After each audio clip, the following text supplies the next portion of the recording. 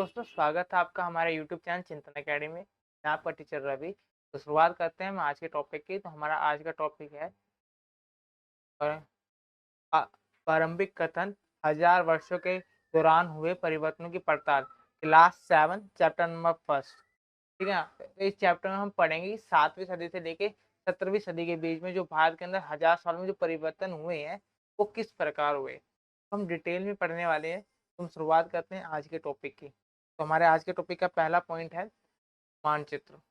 जो आप ये मानचित्र देख रहे हैं, मानचित्र बनाया गया अल इरीरी का नक्शा है ये। ठीक है ना। मानचित्र एक मानचित्रकार थे। मानचित्रकार वह व्यक्ति होते हैं नक्शे बनाते हैं। तो इन्होंने 1154 में एक नक्शा बनाया था। जो आप ये नक्शा देख रहे हैं, जो आपने स्क्रीन में जो नक्शा देख रहे हैं 1154 में बनाया गया था। पर नॉर्मली आप इस नक्शे को समझ ही नहीं पा रहे होंगे, आपको नक्शा थोड़ा अजीब सा लग रहा है। ये भारत का नक्शा है। पहली बात आपको बता दूं, ये भारत का नक्शा है। तो इसमें आप जो ये वाला पॉइंट देख रहे हैं जो मैंने अंडरलाइन कर रखा है, ये श्रीलंका है।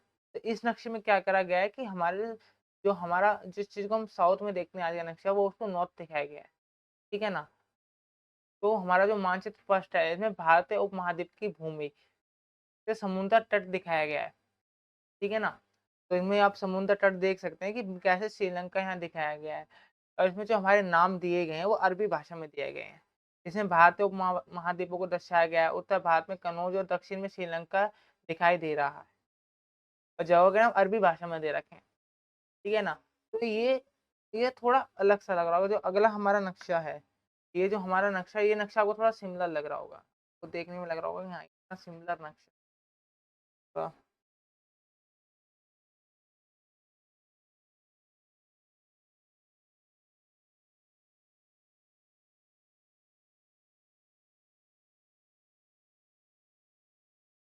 ठीक है ना, जो हमारा ये वाला नक्शा आपको दिख रहा है थोड़ा सिमिलर दिख रहा होगा जैसा हम आज का नक्शा देखते हैं। तो जो हमारा दूसरा मानचित्र है, ये 1720 में बनाया गया था। इसके जो मानचित्रकार थे वो थे गिबलॉम डिल्सले का नक्शा है। थोड़े नाम थोड़े अलग हो सकते हैं कि इनके थोड़े नाम जर्मन अलग हो जाता है कभी। ठीक है।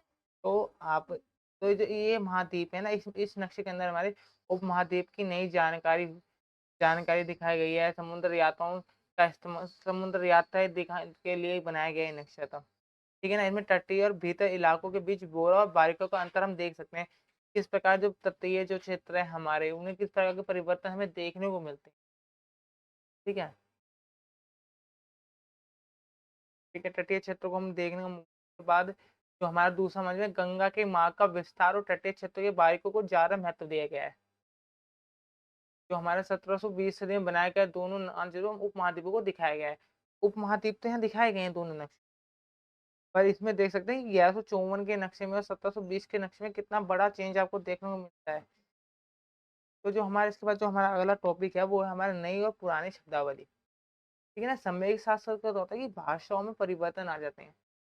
शब्द हो सकता है जो जिस शब्द का मतलब आज कुछ है, हो सकता है आज से 1000 से पहले कुछ और रहा। ऐसी चेंजेस आ सकते हैं। तो नई और पुरानी शब्दावली को हमें समझना होगा। ठीक है ना। भाषा और अर्थों का समय समय के साथ बदलना, यह समय समय सूचनाओं के संदर्भ में उनके अर्थ बदलते रहते हैं। और इसके साथ ही भाषा में भी बदलाव आता है। ऐतिहासिक अभिलेख अक्सर विभिन्न भाषाओं से मिलते हैं। हो सकता है कि कुछ अभिलेख कुछ भाषाओं में मिलते हैं, अभिलेख कुछ भाषाओं में मिलते हैं। ठीक है ना। और यह भाषा भी समय समय पर भाषा बहुत बदल जाती है। उदाहरण के लिए मध्ययुगीन फारसी भाषा आधुनिक फारसी से भिन्न है। यह भिन्नता न केवल व्याकरण और शाब्दिक साज से होती है, बल्कि समय के साथ शब्दों के अर्थों में परिवर्तन हो जाता है। क्या होता है, समय के साथ साथ ना शब्दों के जो शब्दों में जो अंतर होते हैं वो भी देखने को हमें मिलते हैं। ठीक है। जैसे इसके लिए हमारा एक उदाहरण है हिंदुस्तान शब्द। आप हिंदुस्तान शब्द को देख लीजिए। जो हमारा हिंदू शब्द है, आज हम हिंदुस्तान किसे कहते हैं? आज हमारे लिए हिंदुस्तान वो भूभाग है हम रहते हैं, जिसपे हमारा आज का संविधान लागू होता है। जैसे कश्मीर से लेके कन्याकुमारी के क्षेत्र को हम हिंदुस्तान कहा करते हैं। पर उदाहरण के तौर पर देखते हैं मध्य युग में हिंदुस्तान किसे कहा जाता था? हिंदुस्तान शब्द को ले आज हम इसे आधुनिक राष्ट्रभाषा के अर्थ में लेते हैं। जबकि मध्य युग फारसी इतिहासकार मिहाज सिराज ने हिंदुस्तान शब्द का प्रयोग किया था, तो वह पंजाब हरियाणा और गंगा यमुना के बीच के स्थित क्षेत्र में से था।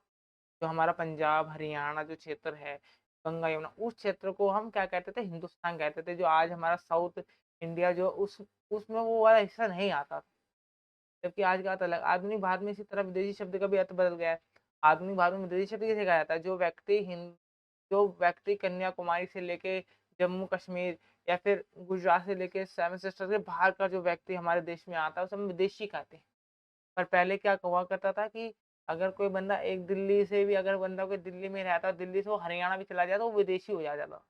तो समय के साथ कितना बड़ा परिवर्तन आ जाता है भाषाओं में भी, है ना। अब अगला हमारा टॉपिक जो है वह इतिहासकार और उनके स्रोत। तो फिर क्वेश्चन हमारा ये बनता है, इतिहासकार और उनके स्रोत।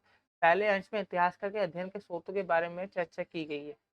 ये उनके बारे में ये है, अंश स्थापित शिलालेख के समक्षों के बारे में है, जो इतिहासकार को विभिन्न घटनाओं और कालाओं के बारे में सूचना प्रदान करते हैं। सोर्स इतिहासकार को ऐतिहासिक जानकारी प्राप्त करने में मदद करते हैं। तो सोर्स तो होते हैं, सोर्स कैसे होते हैं हमारे, जैसे सिक्के, पुराने जमाने के कहीं में सिक्के मिल गए, उन सिक्कों पे हम भाषा के अनुसार की, उन सिक्के पे कौन सी भाषा लिखी है, कौन से राजा का नाम लिखा है, ठीक है ना, वो सिक्के बने किस चीज के हैं। फिर हमारे जो शिलालेख होते हैं, कि जो शिलालेख होते हैं पत्थरों पे जो खुदाई करते हैं, जैसे अशोक ने बनाए हैं, तो स्तंभ हो गए, ऐसे कुछ शिलालेख मिलते हैं, उन पे हम चर्चा करके उनका खोजबीन करके पता लगाते हैं कि हमें कैसे होंगे।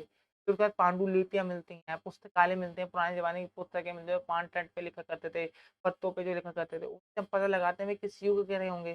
संशोधन का उदाहरण, 14वीं शताब्दी से इतिहासकार जियाउद्दीन बर्नी का संशोधन अंतर उल्लेख करते हैं कि कैसे उन्होंने सभी इतिहास में संशोधन करें। ठीक है ना। दूसरे में लिखावट प्रकार में चर्चा की गई है, जो समय के साथ बदल जाती है। यहाँ कागजों के बारे में बात की गई है, ऐसे समय हम कागज से जो हमें कागज मिलता है उससे हम रिसर्च करके कि हम पता लगाते हैं कितना पुराना कागज है, कागजों का अध्ययन करके ऐसे हम पता लगाते हैं कि ये जो चीजें लिखी है वो कितनी पुरानी है। ना तो आपको भी पता है कि 1000 साल कोई नहीं, एक इतिहास का जो बताता है 1000 साल पहले मराठाओं के बारे में, मुगल्स के बारे में, कोई भी नहीं होगा जो मुगल्स के टाइम में आज जिंदा रहा होगा। फिर भी हमें इतना कुछ जानकारी होती है ना, तो किस प्रकार हमें मिलती है। यही यही जो शेष मिलते हैं, जो अभिलेख मिलते हैं, सिक्के मिलते हैं, जो पुस्तकालय मिलते हैं, पुरानी पुस्तक मिलते हैं, उनका अध्ययन कर करके हम क्या करते हैं, चेंज करते हैं इतिहास का लेखन में संशोधन हो जाता है। लेखन में संशोधन होने का मतलब क्या होता है कि समय समय भाषाओं के अर्थ भी बदल जाते हैं, शब्दों के अर्थ बदल जाते हैं। हो सकता है कि जो मतलब उस टाइम में उस शब्द का वो रहा होगा, आज उस शब्द का मतलब वो ना रहा हो। ऐसे समय चेंजेस होते रहते हैं। अब अगला हमारा, ठीक है ना, तो हम आज की क्लास को यहीं समाप्त करते हैं। अगला टॉपिक हमारा नए सामाजिक और राजनीतिक नेक्स्ट पार्ट में करवाया जाएगा। ठीक है ना। ठीक है, जय हिंद।